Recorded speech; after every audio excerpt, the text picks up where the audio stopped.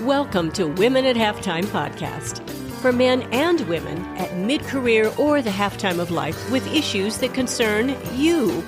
Maximize your skills, resources, and experience to live an even more fulfilling and significant second half of life.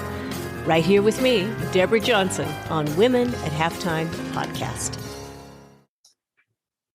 Well, hello, Deborah Johnson here for Women at Halftime podcast. And what a great subject we have today. If your life is a commercial, what are you advertising? And many of us entrepreneurs, we're always advertising something. I'm advertising music. Of course, I've advertised my book, The Summit, Journey to Hero Mountain. I have four other books I've done, actually. Women at Halftime, it talks about the journey to Hero Mountain. And this one, of course, is an allegory. But what are we advertising with our life? And this is such a great question to ask, especially if you are at mid-career or the halftime of life. So many of us go along our merry way. We're living life, and we don't often stop and think about that question. What are you advertising? Now, we know the aim of a commercial. It's to have a memorable takeaway to help you remember a product or a service. And that's the aim of a good advertisement. We all want our videos being watched, our ads being looked at. And many of us are drawn to those ads, such as those Clydesdale horses. You know those, the commercials, the Super Bowl commercials they put on with those adorable puppies, and they make us feel good all over. And the warmth garnered from those commercials, it's transferred to the company that it's advertising. Wells Fargo, we see those Stagecoach, and it just makes us feel good. So most of us do not have Clydesdale horses or even puppies on hand that we can film, or a budget to be able to film something like that. But is there anything in your life that is memorable, that would garner a particular emotion from others? And if so, is it something that will inspire or help others? Now, those are deep questions, and that not many of us spend a lot of time thinking about, but it's actually easier not to think too hard about that question, as it signals the question at certain points of your life of how you're living your life with significance and what you're truly communicating. And many who are faced with the second half of their life or beyond this, they start thinking about that significance, that legacy, and really what they'll leave behind more seriously. However, it's not too early to think about it even much earlier than that. And I'd like to encourage you to do that, because this is a question. I don't want to get to the end of my life. None of us know, first of all, how long we have. But I'd like to live now knowing that what I'm doing, at least it matters a little.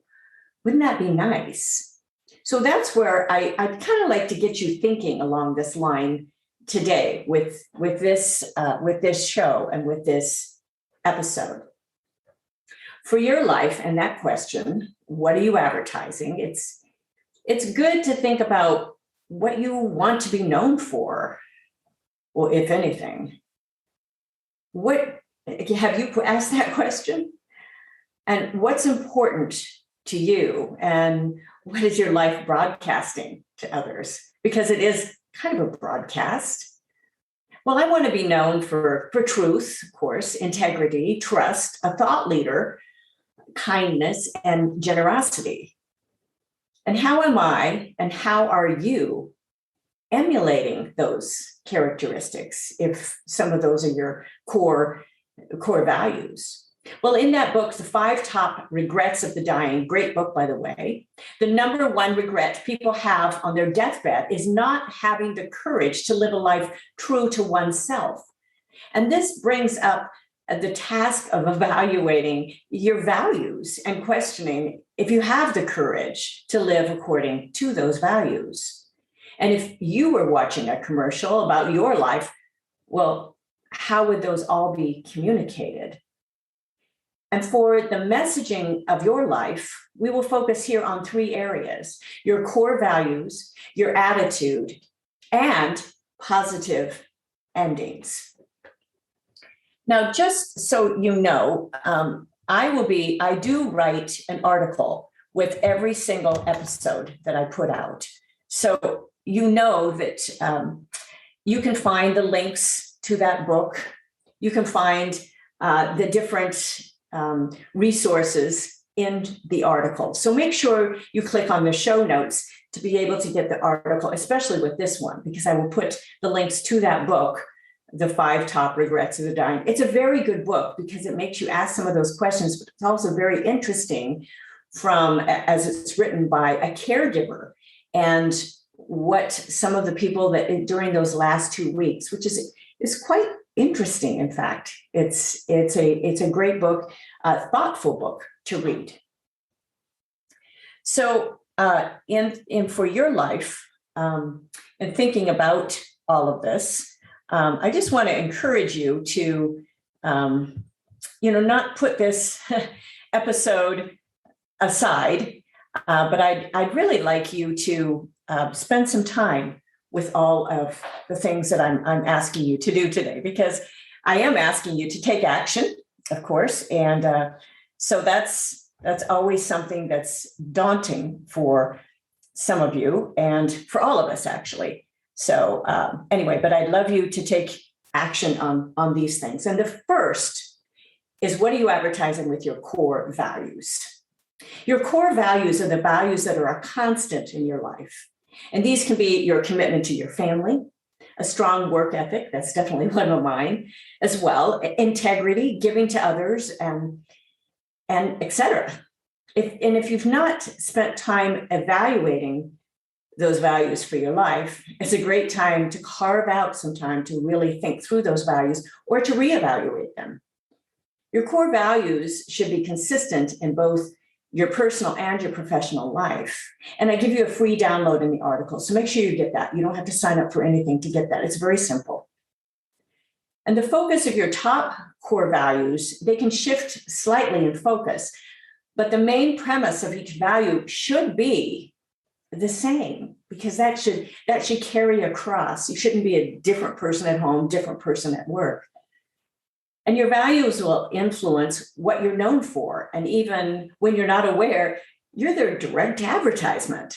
For example, if you're committed to a strong work ethic, the content you create regularly may not only define you as a hard worker, but also a thought leader in your field. It's kind of interesting how that happens. And most information, it's usually rehashed and presented in a different way. And I've known this for music in years. It's the same chords, the same progressions, but it's presented in a different way, unless it's, this cutting edge scientific research. But being consistent with your valuable information, even if it's been said before, says something. That consistency, that communicates that you care about your message, but it also says a lot about your work ethic. I get comments from people all the time about, I get your articles every week, and I know they're not always reading them, but they know they're coming. Honesty and integrity, those have seemed all but completely lost in our world of misinformation, fake news, mandates, political posturing. We're just tired of it. And opinion pieces, now they've become the new journalism. I mean, there's some good books about this. I'll put a reference for you as well in the article. But they're communicating opinion. And honesty and transparency, that goes a long way in how a message is received, especially today. And we've recently watched on the world's stage a leader fighting for his country's freedom. And this is a leader who didn't leave and hide when his cities were being bombed and many killed. And his stance advertised to the world that he honestly cared about his country and about the people. He didn't try to fool anybody to the fact that, it would be dangerous to stay and fight. I mean, he said, yeah, you might be killed. And his core values portrayed an attitude of a true world hero. And our world could use more heroes like that today. Stay and fight for what you believe in. So what are you advertising now after your core values, what you believe in, with your attitude? Now, not everybody has the chance to be a hero on the world stage, even if we wanted to be, though there are probably not many who would want to fill that role with the sacrifice it would take to do so in fighting for our country. However, there are many ways that we can live every single day advertising a positive attitude with encouragement toward others. Now, there's something refreshing about a person who can just walk into a room with a smile and make those around him immediately smile in return. I remember when in junior high school, I had the habit of drawing and doodling during class when I was bored, which happened often during the subjects for which I had little interest. Well, one of my drawings, I still remember this. It was a huge smiley mouth with the letters inside, smile. Now, I'm not sure I ever even finished that particular sketch and doodle, but I remember how it kept me focused on having an uplifting attitude. And it also served to keep me engaged through at least looking interested during class. But adopting a smile when you enter a room, it just adds an uplifting and a positive energy that can be just contagious. And that attitude can impact the mood of a meeting, of those around you, or it can impact even a whole event. Now, this doesn't always mean that you have to put on a happy face like that song says, but the overall uplifting attitude, it makes a person fun to be around. And the opposite of this is a complaining spirit. You've been around those people. Now, that's not one that I want to advertise. However, I know of those who may be unaware how they come across. They're always bringing up like something, that's wrong. And a complaining spirit, it adds stress, attention, and conflict. And we've all seen many marital relationships that are rife with complaints. They're barking commands and they're judgmental toward each other. And it only brings that division, the stress and the upheaval, not only to themselves, but to those around them and their kids, their family, their relatives.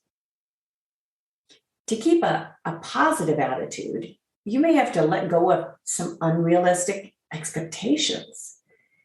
Now, this can apply especially at home, but also at work professionally. Many now are still working remotely. They like it, but they're discovering the unique challenges of finding the best place to focus without interruptions. Now, from experience, I've had a home office for a long time. Those interruptions are often just part of working from a home office. And my husband and I, Greg and I, we're on once a month together for this podcast, by the way, but we have side-by-side offices and we've worked at creating our own space. And in fact, we have a whole podcast about that. I will put the link in the article. And at this point, I try to minimize interruptions by posting signs on the doors when I'm recording and letting things go when they're not absolutely perfect, which they rarely are. One of my favorite storyteller podcasts that I've been listening to lately is Mike Rowe, and he's of that show, Dirty Jobs, very popular show. But it seems that bigger the guests that he has on his show, the more technical issues reveal themselves. And he talks about this, from mics not picking up, a video not working, or a number of other technical gremlins that seem to appear. And anybody who's in anything working with tech, you know what I'm talking about. It can be frustrating. And having to handle issues in the field of technology, it should make us all more patient with other areas of our lives. But many times it just doesn't transfer.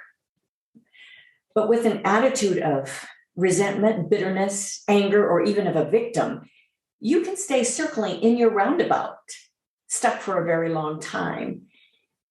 And I talk about that roundabout. It's part of the hero mountain and a part of my keynote speech of the hero inside, being a roundabout hero. And this, it gives us all time to do this little attitude check for any of us that'll help the days and the weeks and the years go much smoother, not staying circling in the middle of that roundabout. So now let's get to our third point about what are you advertising for your positive ending? Okay, here we are. Many who arrive at that mid-career or the halftime of life, they either don't want to think too far in the future, or they start thinking seriously or even dreading thinking about what the next chapter holds and how they can either live more significantly or they can live longer and not have to face the end. Now, the reality is, when all is said and done, we don't take anything with us, and many of our belongings won't be needed or even wanted by others when we leave this earth. I know my kids are going to throw a lot of what I have away. So what would you like to be said about you? Maybe as a eulogy or a celebration of life? You may not care or even want a celebration or even to think about it, but think over your life and how it could be celebrated. Having the privilege of speaking at both of my parents' life celebrations with a eulogy, I was able to do that for the services. The reality of how a whole life can be summed up in 20 or 30 minutes, well, that was sobering. Now, what would be said about yours? That's a sobering question.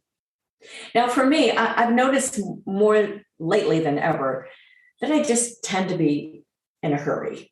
I'm being honest here. I do get a lot of comments on my productivity, which I'm grateful for, but I've found myself glancing over at my husband, holding the remote control. And if he doesn't fast forward and the commercial's fast enough when I'm watching a show with him, I find myself getting impatient. And then there's those grocery checkout lines when the person in front of you doesn't have their card ready to pay. Really? Well, how do you respond? Frustrated? Of course, especially if you're ready to go. And I'm usually holding my card out at this point. But we can decide if we let those stress points rule over us. Being impatient, it doesn't speed up any of the lines or the processes. Although if it did, hey, we'd be getting through those lines much quicker with all of the stress that we're feeling, or we let ourselves feel. An attitude of giving, of kindness, of hard work, and a life of purpose. Well, those are decisions that take action on our end. We may not think others are watching, but I guarantee there are those who see us in our most unflattering moments.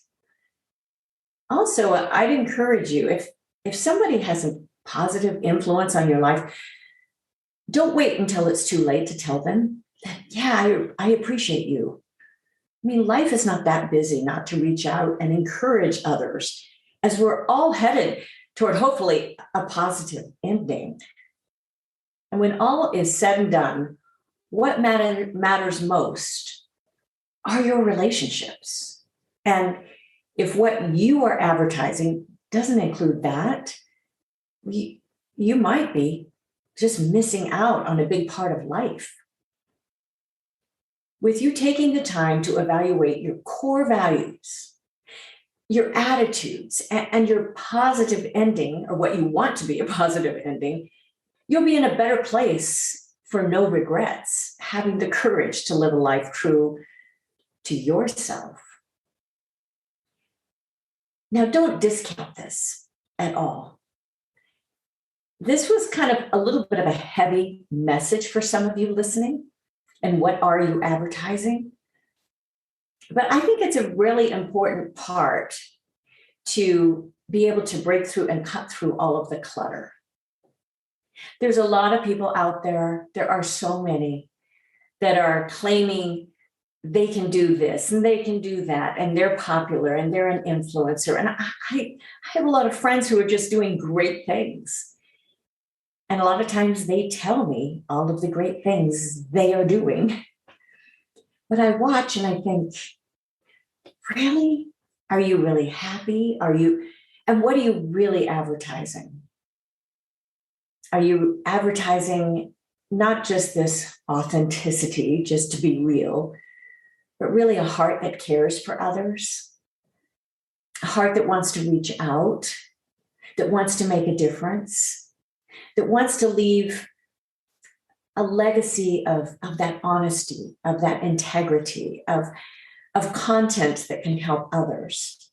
What are you advertising in your life? I love putting out material. I love putting out books like The Summit. I mean, this is a great little book. It's easy to read.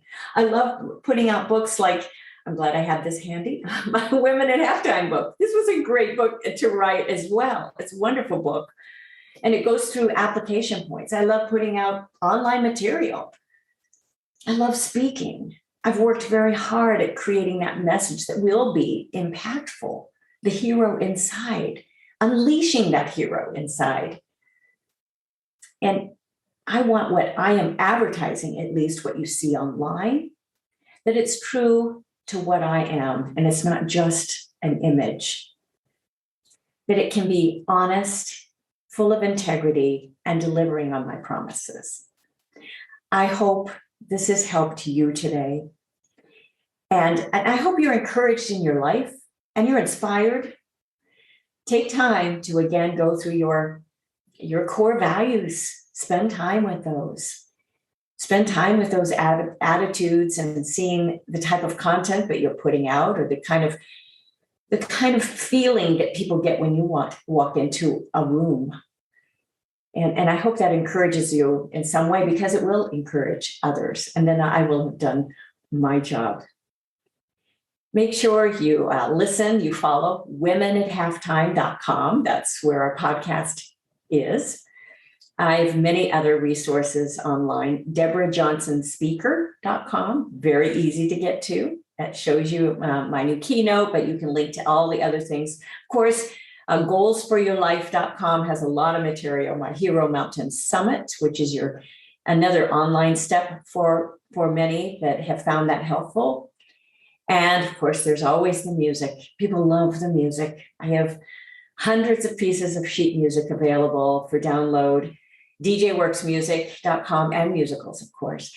Thank you again for tuning in today to this great message on Women at Halftime.